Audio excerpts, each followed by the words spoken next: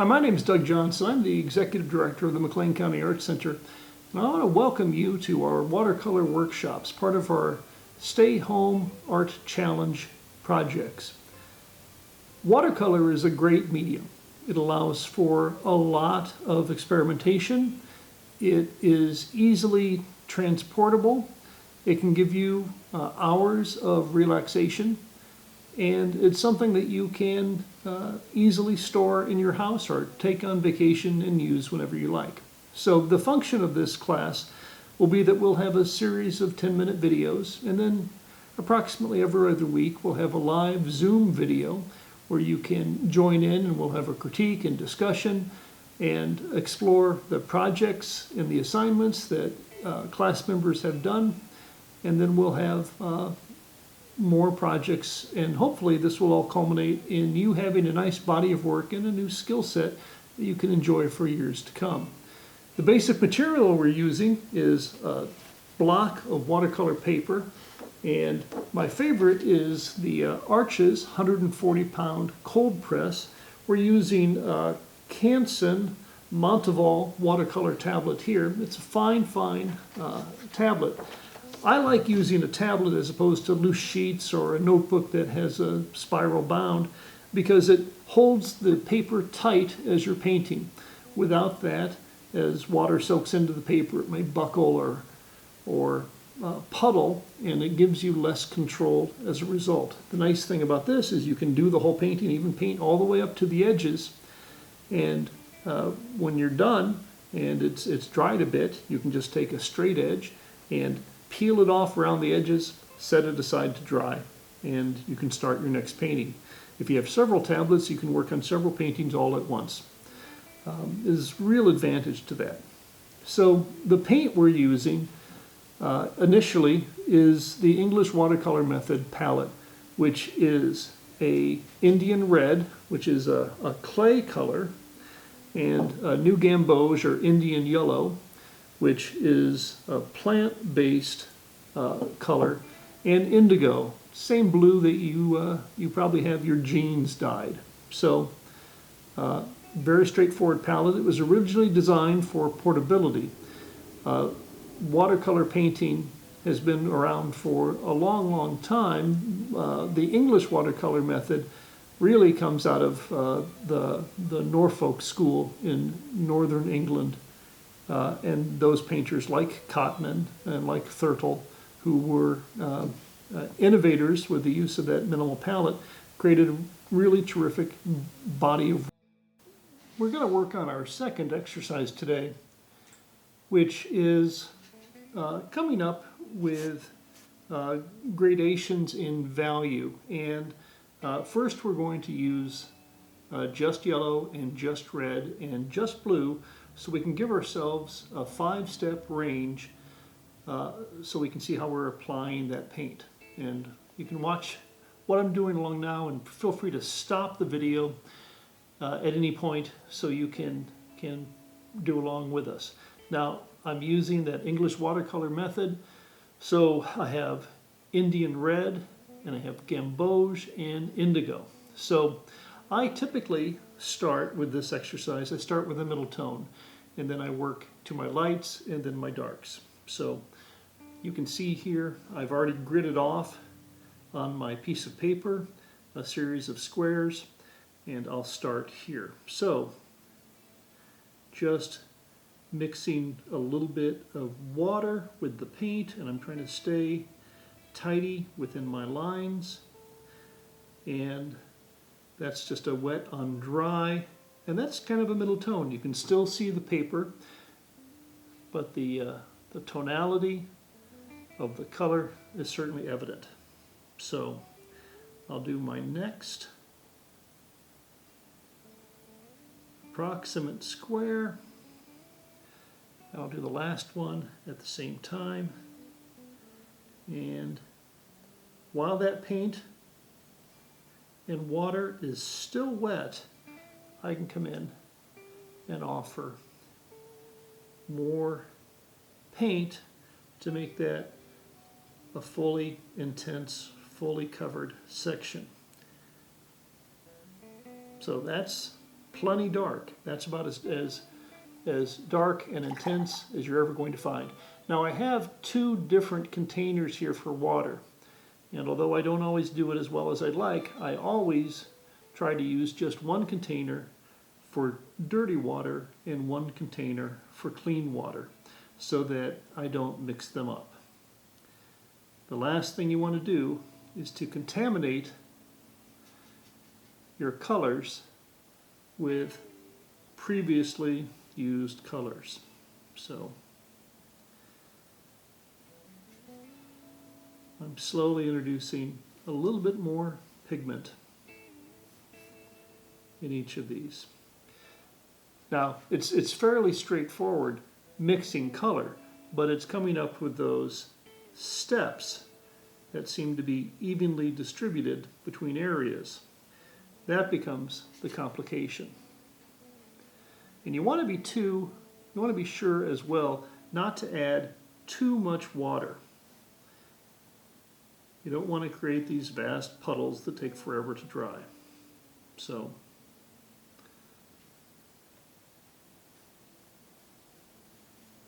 and the nice thing about this as well is that you can allow this to dry and then come back and reassess and add more paint later on. There you have my initial effort with red with different levels of intensity. Not too happy with everything, but it's a work in progress. So I've cleaned my brush. I'm going back in and picking up some of this yellow, and again I'll start off in that middle area, that middle value, and just block that in. And because yellow is so light, I'm going to go ahead and do that first one with just a hint of color. And one of the things that's nice and fresh about watercolor is how much we can see the page. And so later on, when we're talking about grading compositions or finding images that are good to create a watercolor painting, I'm going to ask that you pay special attention to that value scale. The values that are presented in the source image you want.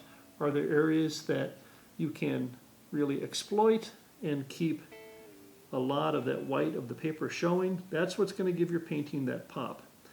That's what's going to make it seem very fresh when you have those big punctuations of translucent color or the white of the page popping. So we'll let that dry a little bit, and I'm going to move on to blue.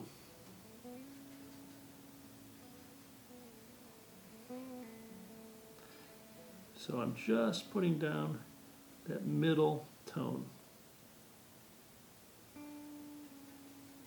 I can go a little bit darker. That's pretty darn dark. A little bit darker.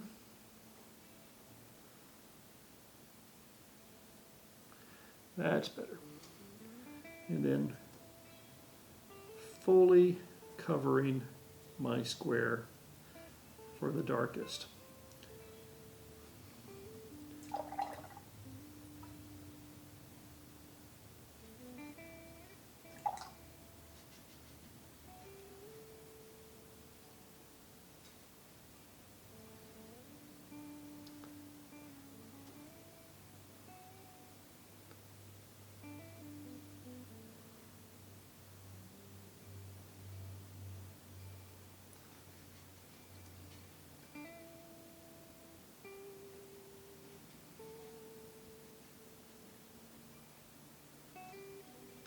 One thing you may note while you're applying paint to the paper, and we'll talk about this more later, is the way the paint itself reacts with the water and the texture of the paint. Because paint, watercolor paint, comes from a variety of sources. So there are some colors, like Indian red, which come from clay, and so it is a sedimentary color. And as that dries, you'll get the pigments settling down into the crevices of the paper.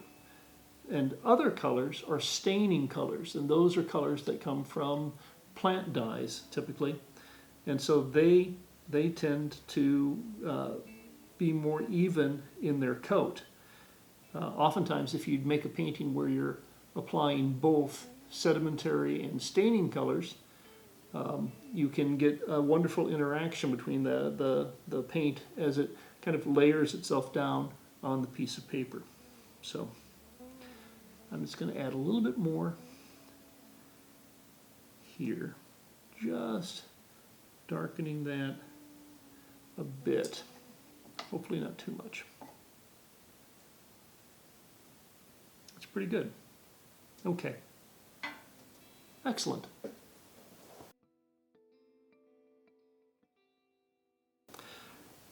This next part of the assignment is a little more complicated, and what we're going to do is come up with an additional 5 steps, but mixing a gray. Now you can go to the paint store and you can get a pre-mixed color gray, or something called like a Payne's gray, which is a fine color, but what's more interesting is when you come up with a mixed gray, which is called a grisaille, which is the combination of your triad of colors. So I'm mixing up a little bit of my blue, a little bit with my red, to come up with a nice purple. And when I have that, I'll clean my brush just a little bit, and I'll pull in purple's complement, which is that yellow. And that will give me a really beautiful mixed gray. And that is going to have a lot more life and a lot more interest than just a pre-mixed tube. It goes a little bit too green. I add just a tiny bit of red to bring it again back to our neutral. This may take the most time of any of your assignments, learning to come up with just what is that nice middle gray. And that's pretty good. Sometimes it'll be a little bit more warm, meaning it's closer to yellows or reds. Sometimes it may be a little bit more cool, which means it's closer to the blues, but you want to find that nice middle tone. So I think I have something. I'm going to test it on the paper. Hey, I like that. And that's pretty darn good. That has all of those little color notes of the red and the blue and the yellow, which make it a much more interesting and richer color. And the advantage of knowing how to do this is it helps you later on establish all your neutrals as you're creating a painting. It's very easy to be seduced by color. It's very easy to really love the intensities and the excitement of color, but kind of like cymbals in an orchestra performance, you can't make your entire painting about those notations. You have to build up to it.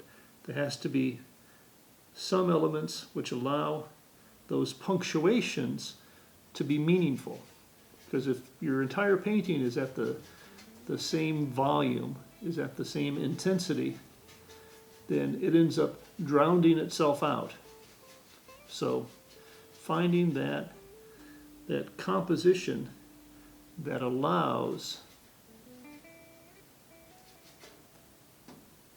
for those understandings and that sophistication, that's vital.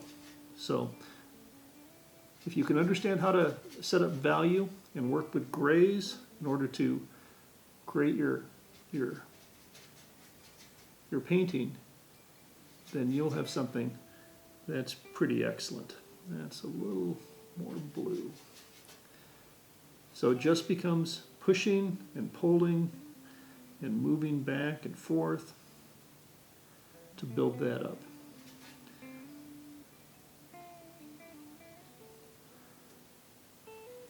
And again, it's easy to mix the colors, but coming up with that value scale, that's the hard part. So I'm going to go a lot darker here for my dark notes. Give myself a nice rich purple. Clean my brush. Pull in some yellows. There we go.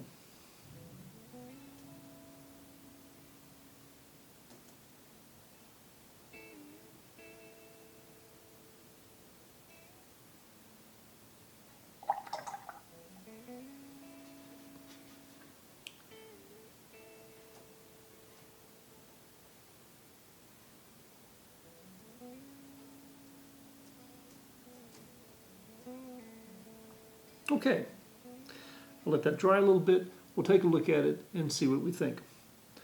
But being able to mix up color and values on your palette and bring them to your piece of paper and your composition is a really vital skill. You may want to try this several times and make sure that you feel comfortable with it, because this is the meat of watercolor painting. There's other issues we'll talk about. Making sure your surface is dry, looking at the interaction of colors, looking at how to build a composition from one state to the next. But this is fundamental. So make sure that you are comfortable doing this, and that will allow you to do a whole lot of other things with ease.